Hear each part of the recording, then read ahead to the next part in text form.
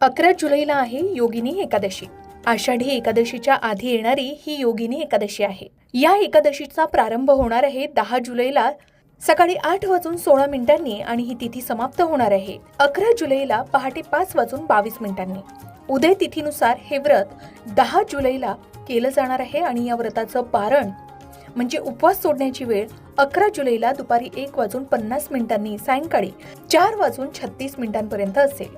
आता योगिनी एकादशीला सर्व पापांचा नाश करणारी एकादशी म्हटलं जातं.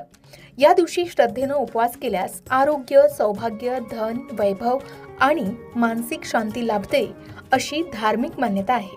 शिवाय धर्मग्रंथांमध्ये असं वर्णन आहे की योगिनी एकादशीचे पुण्य 88,000 ब्राह्मणांना अन्नदान करणे इतकं मानलं गेलंय. या योगिनी एकादशीची एक पौराणिक कथा आहे. ही कथा पद्मपुराण आणि ब्रह्मवैवर्त पुराण यामध्ये वर्णन केलेली आहे. अलकापुरी नगरीत धनाचे अधिपती कुबेर भगवान शिवाची अत्यंत भक्ती करत होते.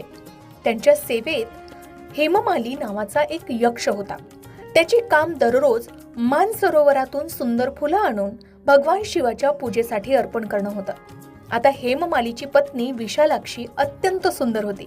एके दिवशी तो पत्नीच्या सहवासात इतका रमला की भगवान शिवांच्या पूजेसाठी फुलं आणणंच विसरला.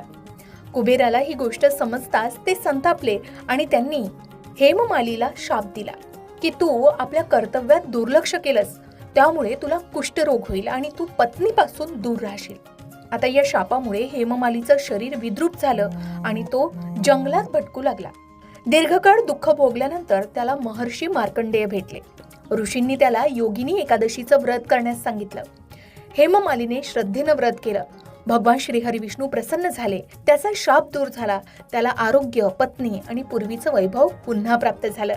आता या कथेचा संदेश काय तर कर्तव्य कधीही विसरू नये. देवसेवेत निष्काळजीपणा करू नये. पश्चाताप आणि भक्तीमुळे मोठं पापही नष्ट होऊ शकतं. शिवाय भगवान श्री हरी विष्णू भक्तांचे दुःख दूर करतातच. मग आता येणाऱ्या योगिनी एकादशीला काय करावं नेमकं तर ब्रह्ममुहूर्तात उठून स्नान करावं, भगवान श्री हरी विष्णू आणि माता लक्ष्मीची पूजा करावी, पिवळ्या फुलांचा हार अर्पण करावा, तुळशीची पूजा करावी, प्रदक्षिणा घालावी, तुळशीला तुपाचा दिवा लावावा. घरात सुद्धा भगवान श्री हरी विष्णूंच्या मूर्तीसमोर तुपाचा दिवा लावावा. विष्णू सहस्त्रनामाचं पठण करावं, गीतेचा एक अध्याय वाचावा, गरजूंना अन्नदान करावं, गायीला हिरवा चारा द्यावा, दिवसभर हरिनामाचा जप करावा. शक्य असल्यास रात्रभर जागरण करून भजन कीर्तन करावे.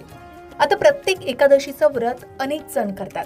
आता जी लोक हे एकादशीचं व्रत करत नाहीत पण भगवान श्री हरी विष्णूंची पूजा करतात त्यांनी काही गोष्टी टाळाव्यात.